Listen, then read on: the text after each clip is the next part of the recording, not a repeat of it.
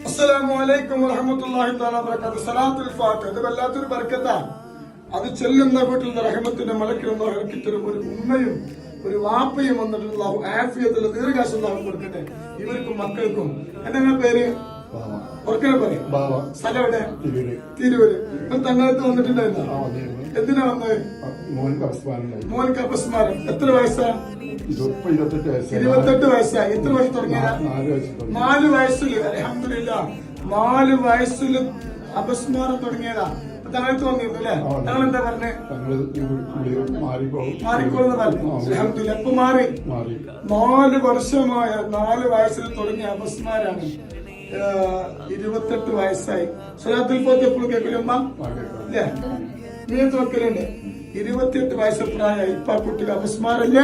അപസ്മാരം അള്ളാഹു പരിപൂർണമായി ശിഫയായി കൊടുത്തു. അള്ളാഹു ഞാൻ രോഗം കൊടുക്കാതിരിക്കട്ടെ. എല്ലാം അള്ളാഹു റാഹത്തിലാക്കട്ടെ. ഇതാണ് സ്വലാത്തുൽ ഫാത്തിഹ.